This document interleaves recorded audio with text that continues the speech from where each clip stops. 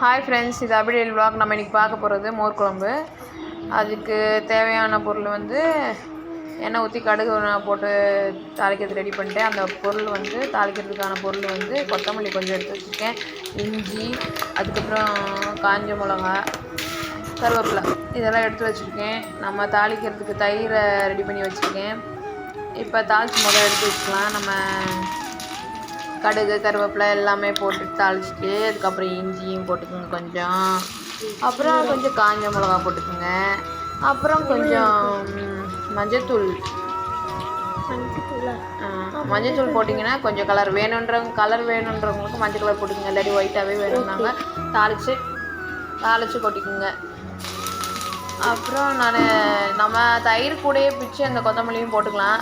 சரி, நான் அப்படியே தாளிச்சிட்டு இந்த தயிரில் ஏற்கனவே கொஞ்சம் நல்லா ஊற்றி எடுத்து வச்சுருந்தேன். அதை நல்லா கிண்டி எடுத்து வச்சுட்டு கொஞ்சம் உப்பு எடுத்து போட்டு தேவையான அளவு உப்பு போட்டு நான் கலந்துட்டேன்.